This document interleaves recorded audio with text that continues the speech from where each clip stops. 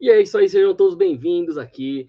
Esse é o programa Jump Station, né, do canal Yatalog, que passa no canal 199 do Soul TV, que é o Sou Mais Pop.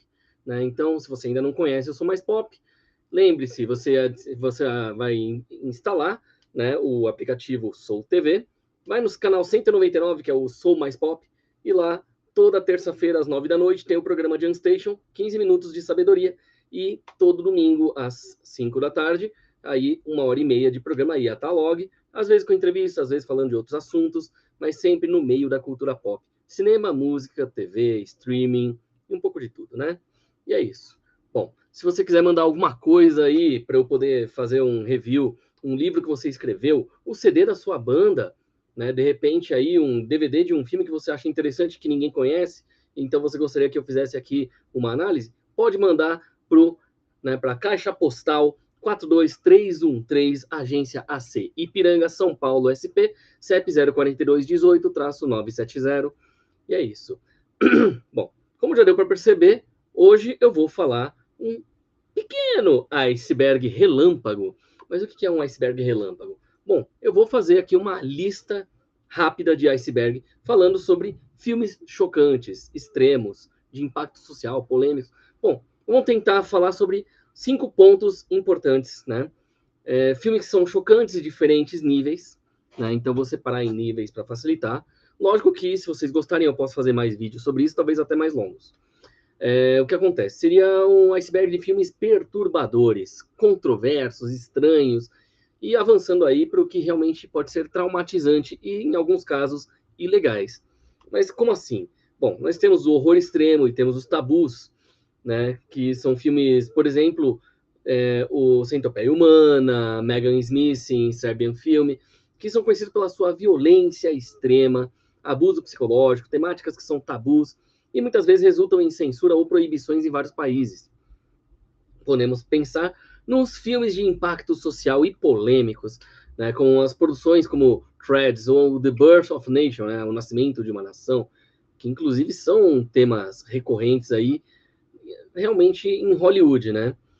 E lógico, a gente não pode esquecer das loucuras que a gente vive no dia a dia. Bom, o que acontece, né? Além desses casos, também tem as produções e maldições, né?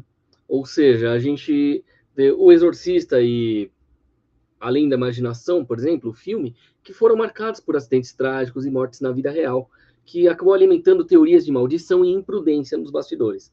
E lógico, existe aquela linha fina entre a ficção e a realidade. Filmes como Faces da Morte, né, que a série Guinea Pigs, por exemplo, que misturam cenas reais com cenas criadas, né, com violência, morte, desafiando os limites do que é aceitável no cinema e, em alguns casos, levando até a algumas investigações criminais, o que é uma coisa bem complexa, né? Bom, então, vamos começar. Vamos falar agora, então, do início de tudo, né? Por que eu comecei isso? Bom, vamos lá. A gente tem aqui uma lista, né, que foi criada. Filmes controversos, estranhos, né, por assim dizer. Vamos tentar explicar um pouquinho, mas vamos lá. Nível 1, eu chamo apenas de estranhos e controversos. Então, ali a gente tem a Centopeia Humana, que foi uma trilogia, né, 2009, 2011 e 2015. Né? Teve o Censurado 11, que são animações da Warner dos anos 30 e 40, né, que tiveram vários problemas aí. O Threads, de 84, Elephant, de 2003, e inclusive até o Exorcista, de 73. Esses estão no Estranhos e Controversos. No segundo nível, aí já entram os extremamente perturbadores, que seriam Megan Smith, de 2011, The House That Jack Built, A Casa que o Jack Construiu, de 2018, Carrie, de 2013, né, um caso real. Teve o filme Junko Furuta Case, ou o caso, né, de Junko Furuta, que, se vocês pesquisarem, vai ser um caso bem pesado. E o I Spit in Your Grave, de 78, que teve, inclusive, um remake.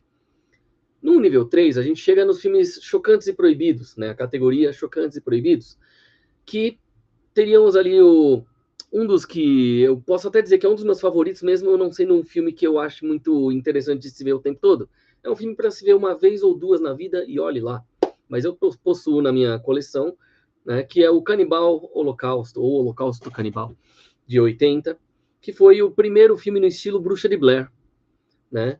Temos aí também, dentro desse nível 3, o Twilight Zone The Movie, de 83, né? Teve o Serbian Film, de 2010, que demorou muitos anos para ser lançado fora do seu país.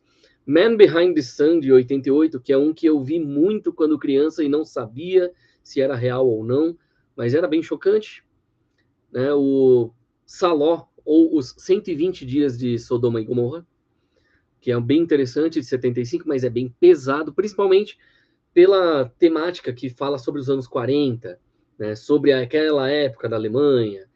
Nível 4, a gente já pode pensar no extremamente realistas e inassistíveis, que aí a gente já tem August Underground, né, de 2001, My Chance Daily Life, quer dizer, que é de 2013,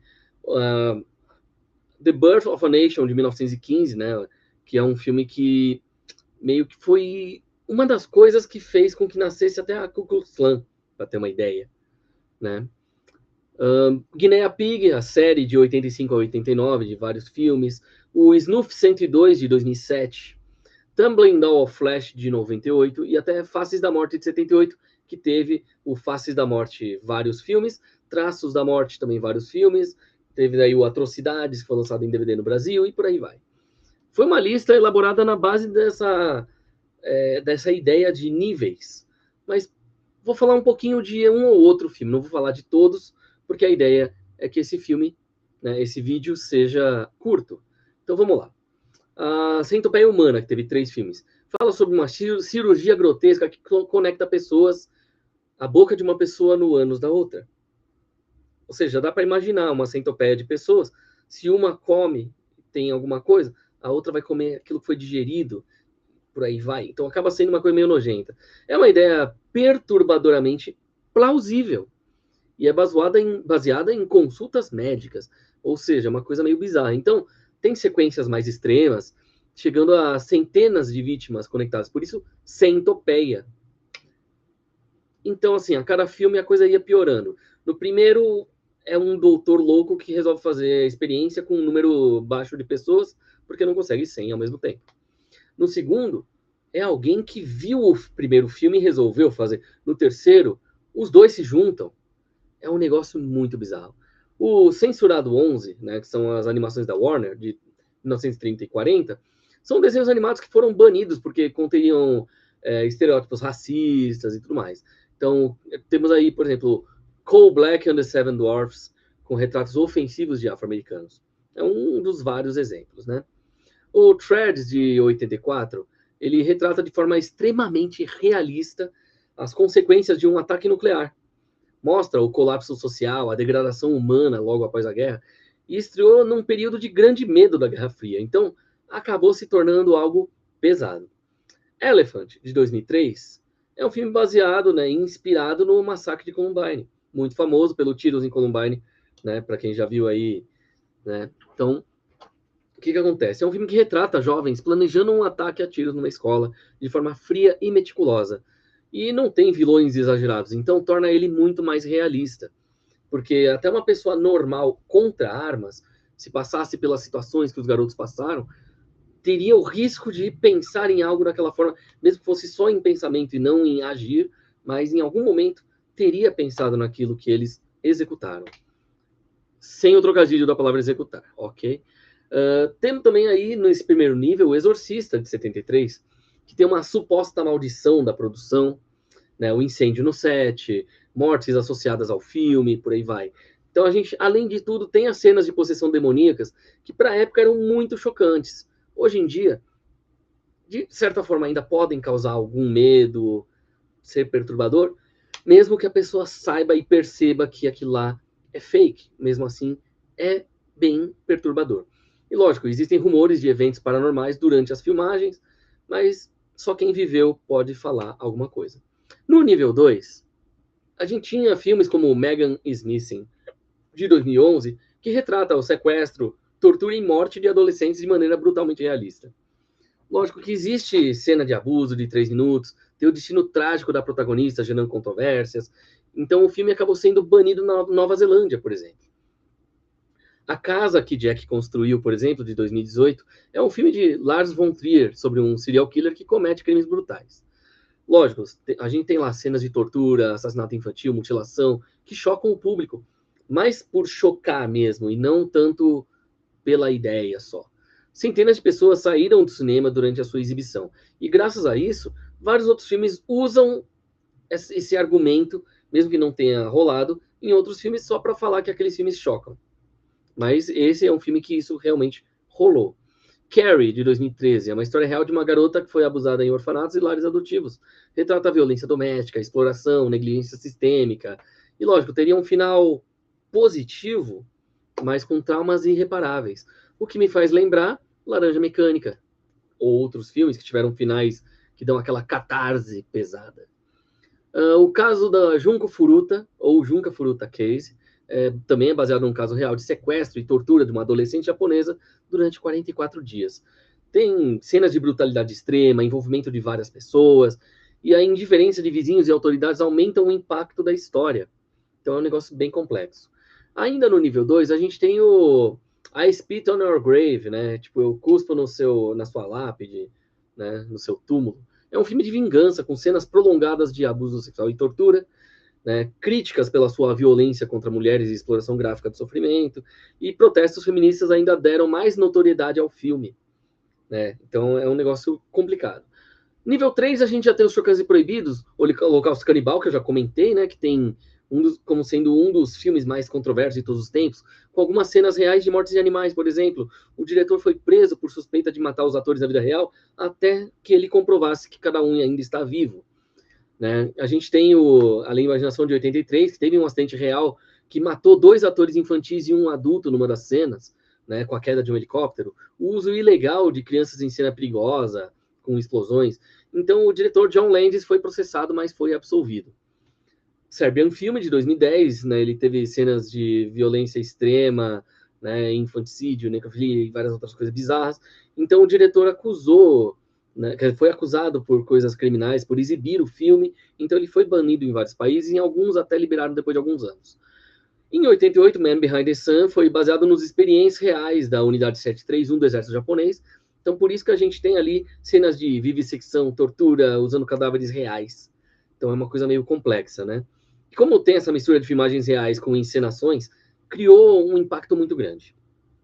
Aí, Saló, 120 Dias de Sodoma e Gomorra, foi inspirada na obra do Marquês de Sade, retratando cenas de abuso extremo e desumanização, só que falando sobre Segunda Guerra Mundial. Então tem cenas de humilhação, violência sexual, tortura psicológica, e o diretor ele acabou sendo assassinado pouco depois do lançamento. Agora, na última, né, nível 4, extremamente realistas e inassistíveis. August Underground, de 2001, que simula os snuff filmes com extrema brutalidade, foi uma filmagem caseira, sem narrativa clara, foi só torturas e assassinatos. Então acabou criando uma nova onda de pseudo-snuffs no cinema underground. Né, o My Chan's Daily Life, de 2013, é uma produção japonesa que, misturando violência, tortura, exploração, foi banido ou censurado em muitos países. Em 1915, o Birth of a Nation foi um filme propagandista da Ku Klux Klan, retratando a supremacia branca e tudo mais, mostrando negros como vilões e a Klan como heróis, e influenciou negativamente a política racial dos Estados Unidos na época. Guinea Pigs, né, foram filmes japoneses simulando tortura realista. Né? O Flowers of Flesh and Blood, por exemplo, foi investigado pelo FBI como um possível snuff na época. Então foram filmes bem bizarros e tinha mutilação, mortes hiperrealistas. O Snuff 102 misturava cenas reais de morte de animais com autópsias de ficção. Então fica meio complexo. Não deixa claro o que é real e o que não é, o que causa um desconforto enorme. E, bom, Tumbling Down of Flesh, de 98, começa como um filme adulto normal, mas ele vira horror e tortura realista. E as cenas de violência extrema e assassinato. Então fica aquela dúvida no ar, né? O que é real e o que não é. E Faces da Morte, de 78, que é um falso documentário misturando cenas reais com mortes encenadas. Lógico, 60% das cenas são reais, mas foi promovido como um filme proibido para atrair público. Então, basicamente, a gente vê aí uma progressão, né, de situações. Então, essa lista foi elaborada aí, né, para resumir, né, Então a gente pode pensar muito em muitas coisas aí. Afinal, qual é o limite da violência nos filmes? O que deve ir para o cinema ou para o streaming? O que deveria ficar só na mente doentia de seus diretores? Bom, seja sempre bem-vindo aqui. Se você está assistindo no YouTube, é no canal Iatalog. Se você ainda não curtiu, curte, compartilha, se inscreve, ativa o sininho. Deixe seu comentário aí. Que filmes você acha que faltaram em cada um desses níveis? E o que você gostaria que seja falado no próximo vídeo? Bom, eu fico por aqui. E se você estiver assistindo pelo Som Mais Pop, a gente se vê semana que vem. E até a próxima.